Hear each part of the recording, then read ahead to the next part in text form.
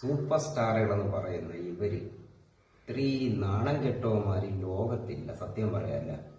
സംഭവം പണ്ട് സുകുമാർ അഴീക്കോട് സാറ് പറഞ്ഞു, ഇവന്മാര് പഴം, വെറും പഴം സിനിമയിൽ കിടന്ന് കാണിക്കണം മാത്രമേ ഉള്ളൂ. വെറും പഴങ്ങൾ. ഒരു പ്രശ്നം വരുമ്പം അതിനെ നേരിട്ട് പരിഹരിക്കണേറ്റവും നല്ലത്.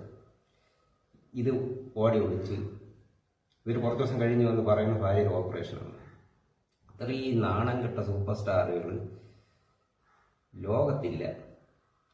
സൂപ്പർ സ്റ്റാർ, മെഗാസ്റ്റാർ എന്നൊക്കെ ജനങ്ങൾ പൊക്കി വെച്ചേക്കുന്നത് വേറെ ജോലി ഇല്ലേ എന്നാണ് ആലോചിക്കുന്നത്. ജനങ്ങൾ യുവമാരെ ബാക്ക് ചെയ്യുന്ന നടക്കണം. യുവമാർക്ക് ഒരു മരണത്തിന് പോലും വരാൻ പറ്റില്ല. യുവമാരെ ബാക്ക് ചെയ്യുന്ന നടന്ന ശല്യം.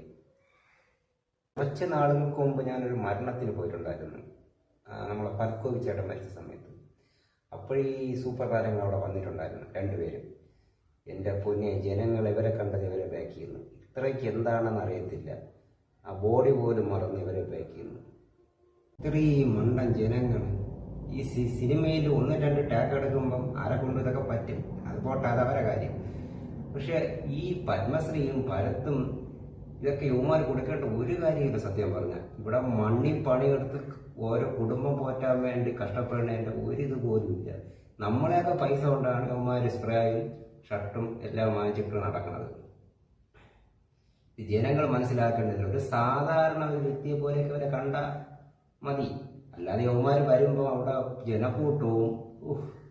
യുവമാർ സൂപ്പർ സ്റ്റാറുകൾ അല്ലായിരുന്നെങ്കിൽ ഇപ്പം മോഹൻലാൽ മമ്മൂട്ടിക്ക് പടത്തിൽ അഭിനയിക്കാതെ ഈ റോട്ടെ പെയ്യാൻ നമ്മൾ ശ്രദ്ധിക്കുമോ? അതുപോലെ ഇത് കൊടുത്തെങ്കിൽ കുഴപ്പമില്ലായിരുന്നു. ഇത് ജനങ്ങൾ അടി വരെ വയ്ക്കണം യുവമാർക്ക് വേണ്ടി. വെട്ടും കുത്തും വരെ നടത്തുന്നു. സിനിമാ നടന്മാർക്ക് എന്ത് ഈ മറ്റേ ഇവര് തന്നെ പറയും പോലെ യുവമാർക്ക് എന്തൊരു എല്ലാം കൂടുതലുണ്ട്? ഇല്ലല്ല, നമ്മളെയൊക്കെ പോലെയുള്ള ആൾക്കാർ തന്നെ.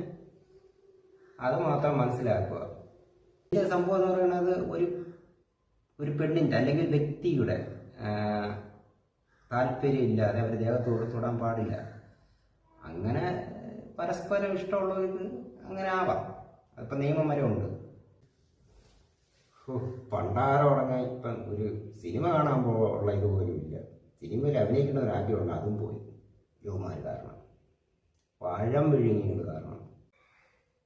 ഈ ഇത്രയും വലിയ സൂപ്പർ സ്റ്റാർ അച്ചാറിന്റെ പരസ്യം, ഐസ്ക്രീമിന്റെ പരസ്യം, പിന്നെ നെത്തോലി മീനിന്റെ പരസ്യം, പോരാത്തതിന് ബിഗ് ബോസ്. ഇത്രയും വലിയ പണ്ട് മുതലേ നമ്മൾ കണ്ടു വേണം. ഇവരെയൊക്കെ നമ്മളെ മനസ്സിൽ സ്ഥാനമുണ്ട്. അത് യുവമാരായിട്ട് കളഞ്ഞു. പിന്നെ ഒരു സംഭവം എന്ന് വെച്ച് കഴിഞ്ഞാൽ, ഈ യുവമാർ ഇതിലൊന്നും മിണ്ടാത്ത സംഭവം. യുവമാർ വലിയ തെറ്റുകൾ ചെയ്തിട്ടിരിക്കുകയല്ലേ. അപ്പൊ പിന്നെ മിണ്ടൂല, എല്ലാവരും ഓടി ഒളിക്കുന്നു. ഇതാണ് ഇതിൻ്റെ അകത്ത് നടക്കുന്നത്. അമ്മ സംഘടനയ്ക്കകത്ത് മൊത്തം ഇത് തന്നെയാണ് കളി. അപ്പൊ ഇവരെല്ലാം കൂടെ ഒരുമിച്ച് ഇത് ചെയ്യുമ്പോൾ ഇവർക്ക് ആർക്കൊന്നും മിണ്ടാൻ പറ്റില്ല, ഓടി ഒളിക്കാനേ പറ്റത്തുള്ളൂ. അത്രേ ഉള്ളൂ. ഇവർ ഈ വലിയ വൻ വൃക്ഷങ്ങള് ആരും പരാതിയും പറയില്ല. അവര് തുടർന്ന ചിലവർക്കൊക്കെ ഭാഗ്യങ്ങളല്ലേ. ഏകാധിപത്യം മലയാള സിനിമ നശിപ്പിച്ചു വന്നു. ഏകാധിപത്യം, സ്വന്തം കാര്യം ചിന്താപാട്. ആര് മരിച്ചാലും പെറ്റാലും എന്ത് ചെയ്താലും അവരെ കാര്യം അവർക്ക്. സെൽഫിഷ്. അപ്പോൾ ഒരു സിനിമ കാണുമ്പോൾ അതിന്റെ രീതിക്ക് എടുക്കുക. അല്ലാതെ ഞാൻ അങ്ങനെയാണ്. ഞാൻ ഒരു സിനിമ കണ്ട് അതിൽ നല്ല അഭിനയമാണ്, ആയിക്കൊള്ളാം എന്നൊരു വിലയിരുത്തിയിട്ട് പിന്നെ അത് അവിടെ മറക്കുകയാണ്. അല്ലാതെ അവരെ ബാക്ക് ചെയ്യുന്ന എനിക്കങ്ങനെ ആരോടും ആരാധനയൊന്നുമില്ല. പടം കൊള്ളാമെങ്കിൽ കാണും, അത്രയേ ഉള്ളൂ. പിന്നെ സിനിമ എന്ന് പറയുന്നത് എല്ലാവരും കൂടെ ചേരുന്ന ഒരു കൂട്ടായ്മയാണ്.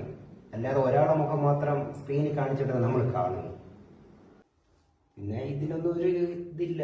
പുതിയ വാർത്ത വരുമ്പം ഇതെല്ലാം പോവും. ഇപ്പം വയനാടിന്റെ വാർത്ത ഇല്ല, മറ്റേ അർജുനന്റെ അതും ഇല്ല.